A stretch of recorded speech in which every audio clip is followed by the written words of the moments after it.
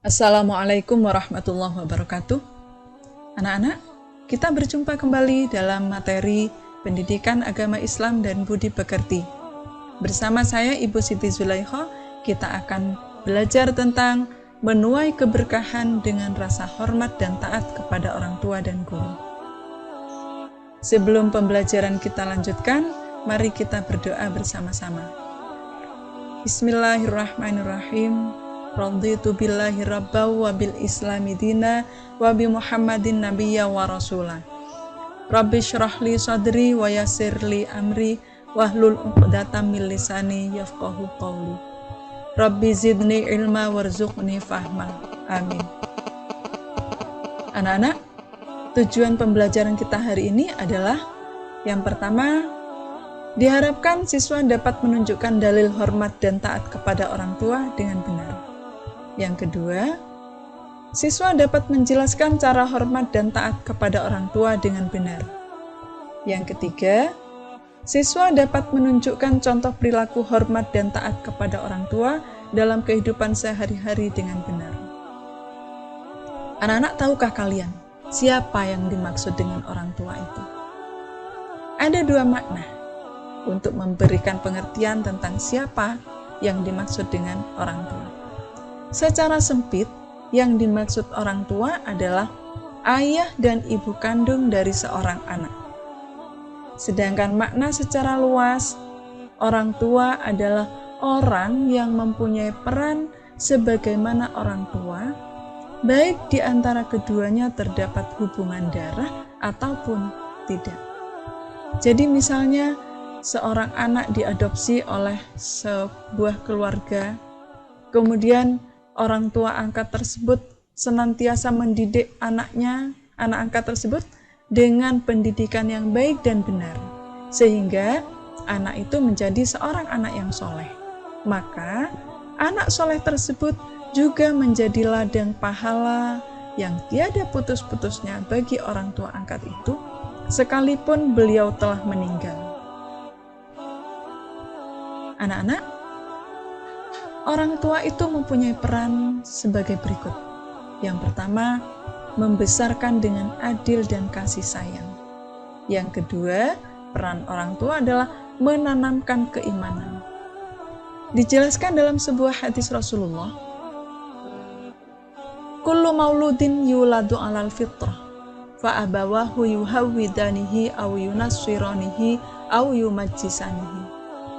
Seorang anak itu terlahir dalam keadaan suci, maka orang tuanya lah yang dapat menjadikannya sebagai seorang anak yang Yahudi, atau yang beragama Nasrani, atau Majusi, penyembah api.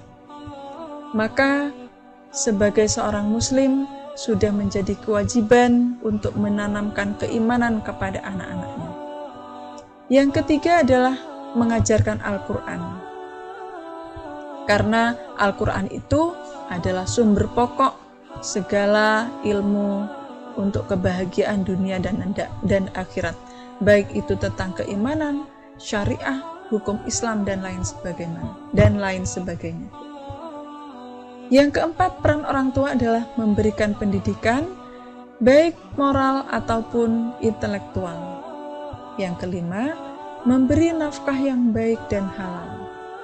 Nah, anak-anak, agar supaya anak-anak itu dapat meraih pendidikan yang layak, yang sistematis, yang teratur, sesuai dengan jenjang usianya, maka perlu orang tua memasukkan anak-anak ini ke dalam lembaga-lembaga pendidikan yang ada, baik itu madrasah ataupun sekolah umum, dengan tidak melupakan juga pengajaran Al-Quran yang disampaikan di TPQ ataupun semacamnya.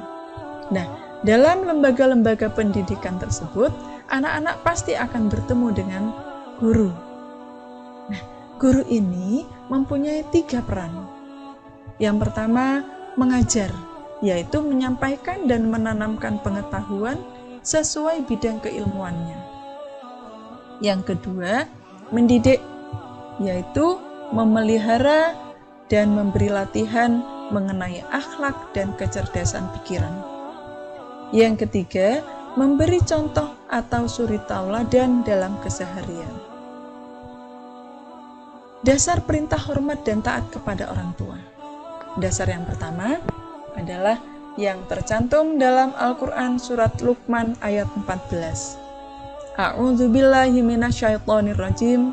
Bismillahirrahmanirrahim. Wa wassaynal insana biwalidayhi. Dan kami perintahkan kepada manusia untuk berbuat baik kepada kedua orang tuanya.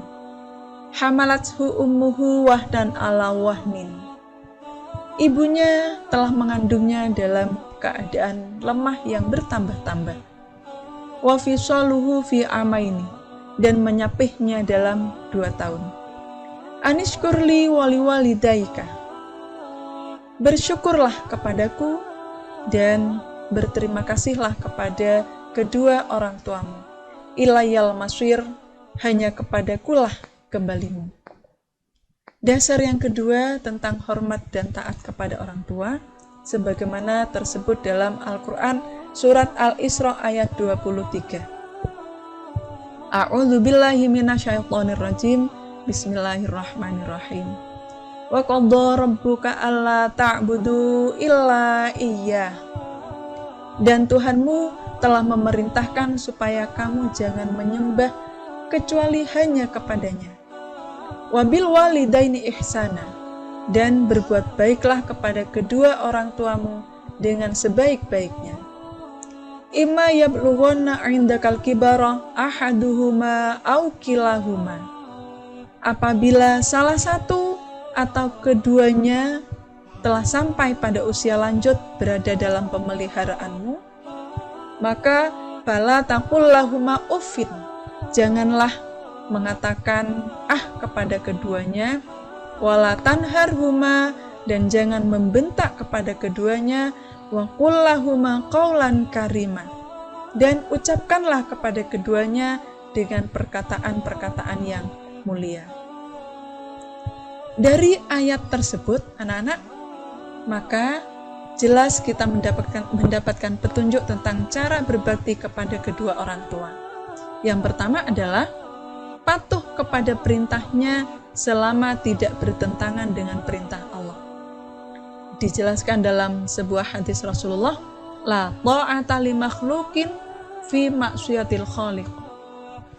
Janganlah ada ketaatan kepada seorang makhluk dalam hal kemaksiatan kepada Allah.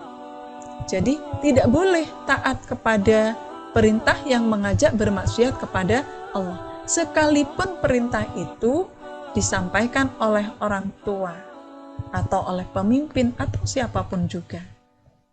Yang kedua adalah dengan cara membantu dan meringankan pekerjaannya. Yang ketiga, tidak berkata-kata dengan perkataan yang tidak menyenangkan hatinya.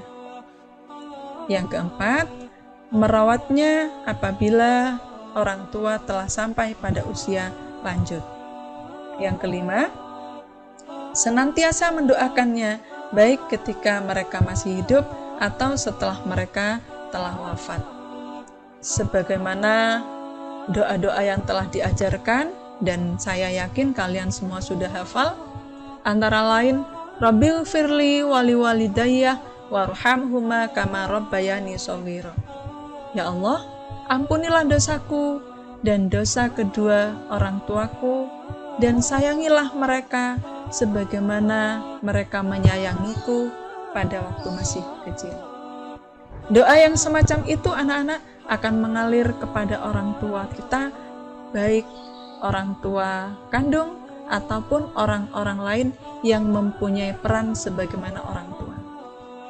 Seorang anak yang berbakti kepada kedua orang tuanya akan mendapatkan keutamaan dari Allah, yaitu yang pertama, berbakti kepada kedua orang tua merupakan amal yang paling utama dan dapat mengantarkan ke surga.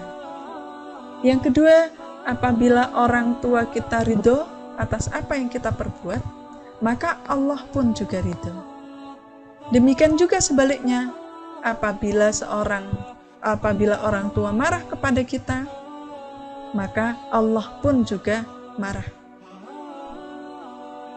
Yang ketiga adalah berbakti kepada kedua orang tua dapat menghilangkan kesulitan-kesulitan yang sedang dialami. Yang keempat, berbakti kepada orang tua senilai dengan jihad fisabilillah. Jadi, jihad fisabilillah tidak perlu kita kemudian pergi ke negara-negara yang sedang berperang, kecuali memang tugas kita seperti itu. Misalkan menjadi tentara, ditugaskan untuk melawan penjahat-penjahat yang ada di negara-negara sedang berperang, maka ya kita tidak boleh melarikan diri dari tugas tersebut. Tetapi kalau tidak, maka berbakti kepada orang tua itu sudah bernilai sama dengan jihad fisabilillah atau berjuang di jalan Allah.